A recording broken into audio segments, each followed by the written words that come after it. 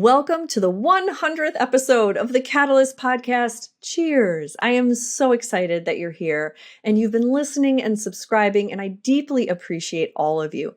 We've had some amazing conversations as together we are redesigning healthcare with more creativity and less burnout. So as I was planning for this 100th episode, it feels so momentous. And of course, I had a little bit of paralysis by analysis, wondering, what would we want to talk about? I envision these podcasts as both a coffee chat as well as kind of just a love letter from me to you on how we can break through the dark side of healthcare, the dark times that we've suffered together, and onto the other side. I truly believe there's a renaissance coming. And if you're a close listener, you probably know that I really do love technology and AI especially. I do believe that can hold a key for our freedom for healthcare. But today, rather than get really nitty gritty on some of those esoteric topics, I wanted to talk about just the plain and simple foundation of burnout. And 10 things I truly believe that if we could do this now, we could end burnout completely in healthcare. So let's dig in. And the first 6, I'm going to give you a little bit of a disclaimer. This is more systemic. The first 6 are all about the system. Now, we can't change the system overnight. And in all my keynote talks, we talk about how the world is toxic. Burnout will always exist, not just in your career, but you always are flirting with burnout in your relationships, in parenting, in hobbies, and other jobs. Burnout is a state of mind that is also inundated in a system that can be broken. We can all agree healthcare has its struggles. But since we can't fix the system overnight, we need to help ourselves. And that's what the last 4 topics are going to be for you. So if you don't feel like listening to me go on about the system and ideas that I think could make impactful change for future doctors, then you can skip to the last 4, because those are going to be all for you. Things you can do right now to start pedaling back from the brink of burnout. These are evidence-based. These are based in flow neuroscience and things you can do today in the next breath that can help you feel better. But first, I like to just kind of talk about the unfortunate shit show that is the system, because we are in it. And even though there are doctors that are wonderfully happy, as most should be, there are many that are suffering right now. Burnout is serious. Burnout is and can be fatal. We lose physicians every year to suicide, a full medical school class worth of physicians. So this topic of burnout is deep, it is dark, and if you are suffering right now, my offer to you is to get help. At the top of the hour, that is one thing I want to underscore, is that you're not in this alone. There is not one way through burnout. It is not that simple. It is a complex issue. And if you are struggling, I really ask that you reach out to a friend, a therapist, a coworker, and let somebody know that you're struggling so that we can help. There is a way through burnout, and each of us have an opportunity to put that puzzle together and find our own unique solution. So without further ado, let's talk about 6 things that I think the system of healthcare could implement and vastly improve burnout matrices in our healthcare providers. Number 1, if our system would allow doctors the autonomy to choose their schedule, I think we'd be a lot happier. And what I mean by that is some of us aren't morning people. Maybe some of us prefer more of a later schedule at night. Now, I understand if you're a surgeon, you're in anesthesia, there are different lines with which you must operate from. But I'm talking about outpatient doctors here, all of us here in family practice, which are one of the highest burnout rates. And also, everything rolls downhill to family practice. We all can agree to that. We are the ones having to do the prior authorizations, to get the quick squeeze-in visit for a pre-op physical because they're scheduled tomorrow. We're the ones doing the permission slips, the doctor's notes. I mean, we handle so much, and we're unfairly judged by our value as a doctor based on how good our patients are getting their mammograms or their tetanus shots. So we shoulder an unfair burden of the system. If you were to allow doctors to at least have autonomy in when they start and stop their schedule, what kinds of patients they want to see in the morning versus the afternoon, how long the appointments are, that would go a long way, because not everybody can feel fulfilled in a 15-minute visit. And this leads me to number 2. If you could help frame our patients' expectations properly, we might not feel so burned out because guess what? Not everybody feels fulfilled in a 15-minute visit. Now, some patients come in and they really do just want that quick, tell me what to do, doc. In and out. I've got my little list of 2 things and I'm ready to go. That's fine. They might not need but 5 minutes of our time. But there are patients that save a list of 10 things that they really are struggling with. And our hearts want to help them. But when we are pigeonholed into a 15-minute time slot, and then we are looking bad because we tell the patient, I'm sorry, we didn't know you had all these things and you're going to need to come back. It just makes us feel awful because the system is set up for us to fail. It's set up for us to quickly churn out these visits and it's just physically impossible. So that's step 2 is just help frame patients' expectations. Tell them that they're going to be talking to a nurse first. Tell them that there's a certain protocol in our clinic on how we can schedule or what's expected in a visit. Please communicate for us. And we aren't that front and center that has that energy to do that for you. The third thing that our system can do to immediately help burnout is allow flexible working conditions for doctors. It's similar to number 1, where we allow doctors to have autonomy on their schedule, but I'm talking even more outside of the box solutions, coloring way outside the lines here, borrowing from other industries like academic medicine. Professors get a sabbatical that is paid. Every 6 years, they're allowed to travel or use that sabbatical for time to explore hobbies and interests. Sometimes they do additional research. Why can't physicians be rewarded in that same way? We can find our joy and get back into flow easier when we know we have a sabbatical. How awesome would that be to have your physician leave to go tour the Galapagos Islands and come back all refreshed and excited with new creativity and a new zest for caring for their patients? Or maybe they want to do mission work and they want to travel. And guess what? When you leave your office and your clinic, you don't get paid because there is no such thing as paid vacation in the world of family doctors. But what if there was? What if we allowed a sabbatical for more creative joy and travel? How often would that light up our doctors and make them excited to come back? Another idea for out-of-the-box type of working conditions, job sharing. It's very rare. I'm sure there are some clinics out there that allow that, but it should be more commonplace. With more female physicians, more working moms entering the workforce, we're looking for job sharing. And I remember hearing when I asked for this years ago about a job share, the response I got from my my admin in our clinic was, well, you'll make less money. And it's just, not going to give us the RVUs. Well, RVUs is not how I'm measuring my success. We'll get to that in a second. And sometimes that's not what I want. I want a life that allows me to be home with my children when I need to. And having a job sharing program that allows people sharing the same patient panel would be amazing. Nurse practitioners do it with their physicians, and it's possible. We just need to be more aggressive at allowing these opportunities and not shying away from thinking of all the ways it could go wrong. Number 4. The system could help burnout immensely if they could start giving physicians just a tiny bit of business training in residency and in medical school. And I'm not saying you have to force it down our throats. There are some of us that don't mind graduating and just being in a system. That was me. I knew that when I graduated, I would have a job somewhere, and I had several. I was very thankful to have a job in Missouri outside an Army base when my husband was at Fort Leonard Wood. And then I could easily find a job here in Monroe, Wisconsin. And there's jobs everywhere for an employed doctor.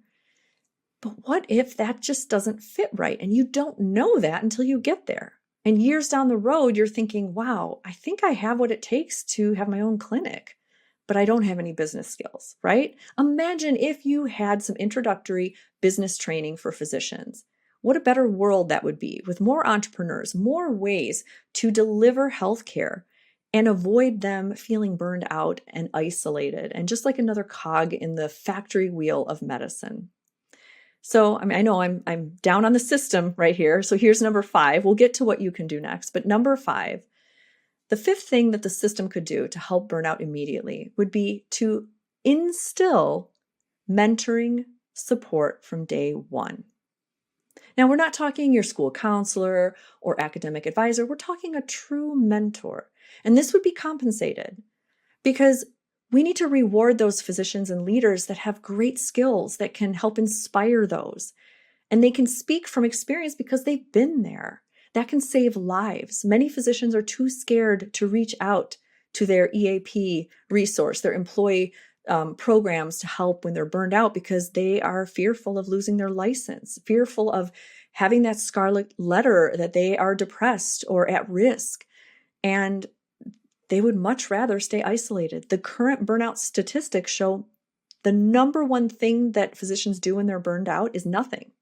They don't go exercise. They don't drink alcohol. They don't see a therapist. They don't talk to a friend. They do nothing because we feel stuck without any view to see that it could get better. But imagine if from day one, as a med student, you have a mentor, and then you move to a residency, you have another mentor, and then you go to your new job, which you need it the most, and you have a mentor that's assigned to you.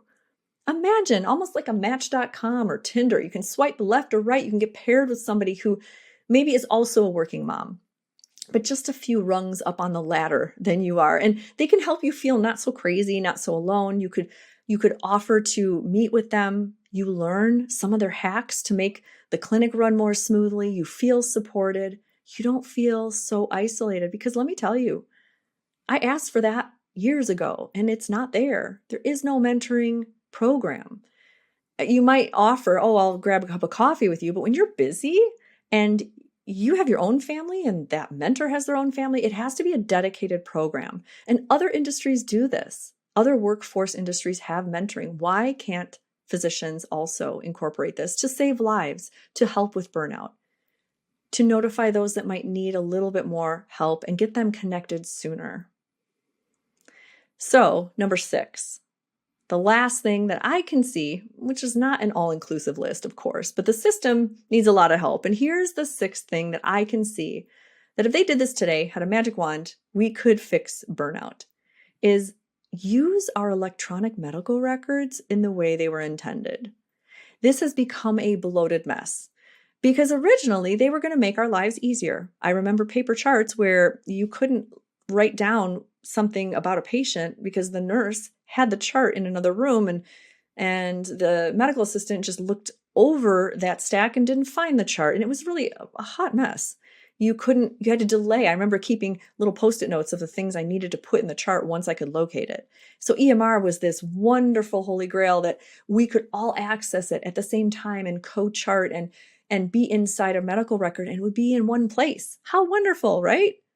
Well, now we have these inbox abilities that are just bloated and inefficient. So not only are there messages, but then there's also refills and prior auths and other direct inbox messages, and then other messages about labs, and then high lab alerts. And so now we have this category of 12 different topics that we need to check. And so doctors now are so worried about missing something.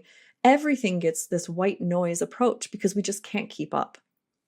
And so imagine if you could use EMR in a flow-centric way, where a message would go in, and instead of just getting punted to the doctor's inbox, the nurse would actually take care of it. The medical assistant, we had a workflow organization chart, and the EMR could help us. And this is where I think AI comes in, where it can look and spot things that are inconsistent or ways that it could help leverage and help us think ahead, auto-populating parts of the notes. I really think that healthcare is on the brink of really good standardization. But in this dark time of medicine, these doctors are paying the price of having just this repulsive feeling when they look at their screen of way too many messages, instead of having it a flow channeled way where we have ownership of messages. We have set expectations on what is allowed inside a portal message, what isn't allowed, what deserves a visit, what is emergent and what can wait a while. All these different workflows and flow charts that could be in an AI model that could help patients get care faster. I can imagine and envision a little chat bot that you can talk to. And if a patient says, I have a bloody nose, I need help, I need an appointment. Well, maybe they don't. Maybe some of our old school tricks, like a couple squirts of Afrin up the nose and pinch it a certain way and put ice pack on your nose. Maybe that can take care of it. But instead, they're in the phone lines waiting for an appointment. They're scared. Most of the time, our patients just need some reassurance. And if we can use AI and leverage that kind of reassurance and connect them to the right information and get them to that front desk when they do need that appointment, I can imagine we can make a lot of happier patients as well. Because I know I've been there when, patients are finally in front of me, they're in the office and their problem is solved and they didn't know what to do. So they just kept the appointment, and there's so much inefficiency in that, right? We can do better.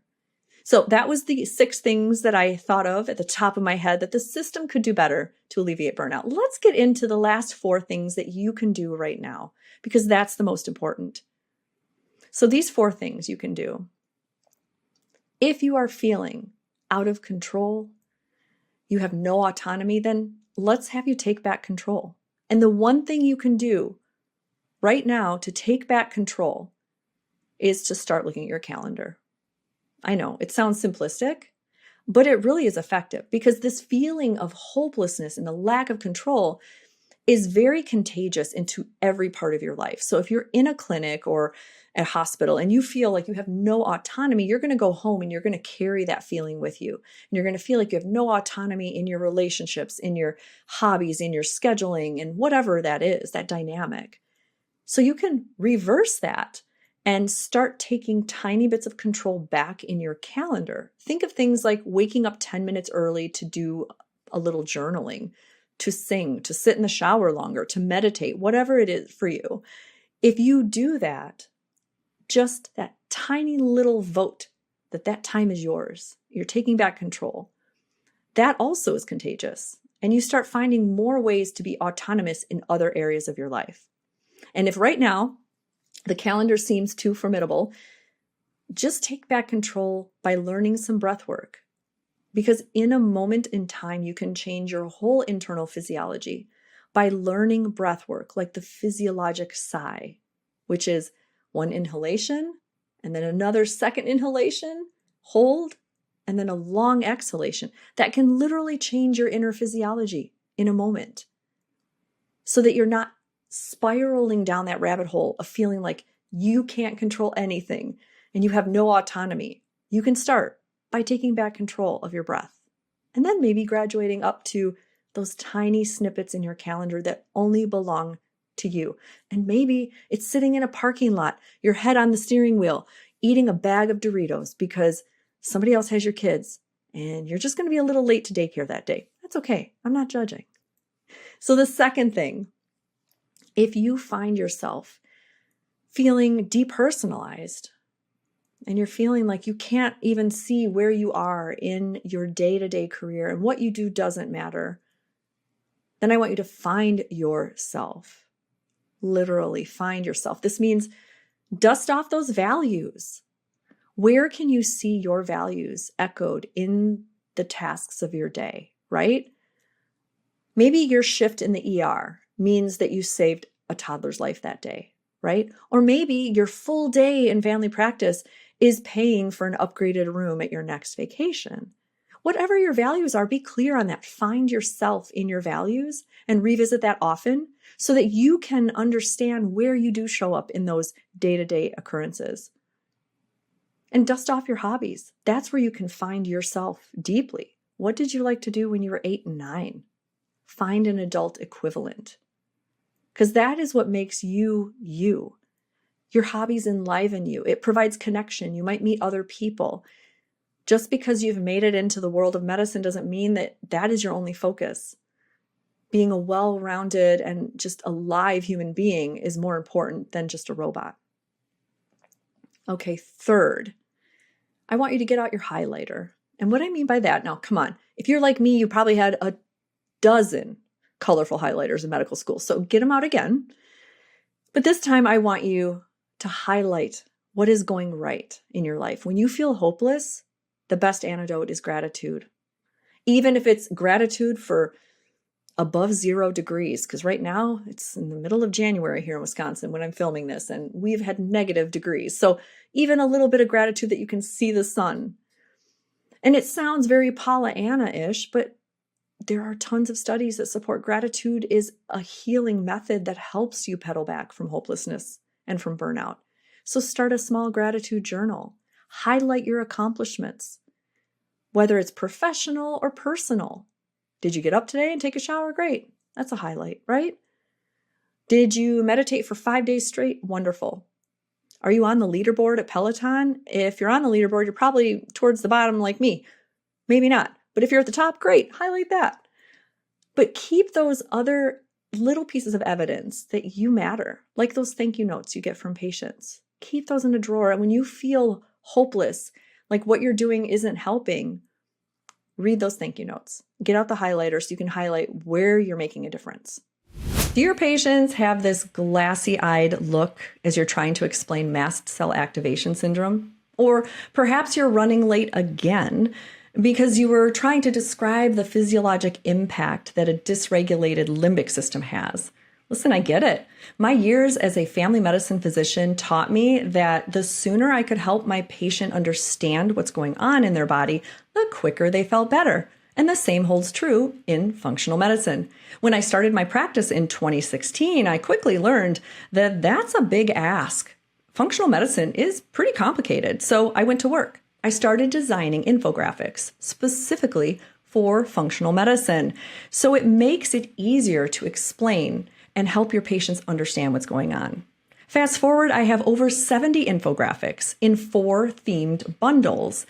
And you get lifetime access as the editor. You get each Canva link so you can upload your own logo, you can change the translation, you can change the colors, and you get lifetime access, including any future infographics that are added. This is perfect for patient education handouts, for your waiting room posters, for social media, and even backdrops for lectures you can give to your community. So it's time to color outside the lines and catalyze deeper understanding in your practice. Head to drlaurasalyer.com/shop and check out the infographics. Keep coloring outside the lines. And finally, the last thing that you can do to help yourself pedal back from burnout right now is rethink your vocabulary words. No, refeel them. Where do they show up in your body? And what I mean by that is work. We say that work is hard, but does it have to be hard? What if it's easy? What if it's joyful? Success. Sometimes we think success means high income, high RVUs, a trip to Europe. But what if success is just getting home to see your kid off the school bus? What if success means you sleep 8 hours a night? So think of these vocabulary words, and they can help. Rest. We fear rest. I'll sleep when I'm dead. But what if rest is healing? And it's a gift to give yourself so that you can be more productive the next day. Or that you just deserve rest. Think of words like boundary. Instead of like a wall of what you won't do or what you will do, think of it like a teeny little fence of love around your energy. It helps protect you from depleting your energy and feeling more powerful. And finally, the word creativity. It is not for those talented few. It is not something that's bestowed from a muse. Creativity is medicinal. It's powerful. It lowers your cortisol. It helps you feel good. Even just doodling can help interact with your amygdala and help regulate emotions so that you aren't triggered as easily. So really rethink that vocabulary words in your life and see if you can redefine success, redefine work, redefine rest and boundaries and creativity, and tap into what makes you feel alive, because we need more of you in healthcare. We need to redesign healthcare with more creativity and less burnout, and you're along on the ride with me as a catalyst. If you'd like to learn more, I have a new Catalyst Archetype quiz. So I'd like you to head to my website, drlaurasalyer.com, and you can find out which archetype you are. Are you a rock? Are you a river? Are you a wind? Are you a flame? Each of these archetypes have different connections to play. So you will learn your ideal adult play activity, and you'll learn what your most likely risk of burnout can be so that you can highlight that. It'll give you a 2-page strategy that you can keep and download and use every day to reconnect to your inner creative muse and invite more play into your day. So thank you for listening to these 10 things, my 10 wish list of things that could help fix burnout if we could all listen. But you know what? It isn't going to be fixed in our life. We are building pyramids, right? So the pyramids are not going to be done until long after we're gone. And our healthcare system is not going to be fixed until long after we're gone. But it doesn't mean that we need to just sit back and be victims.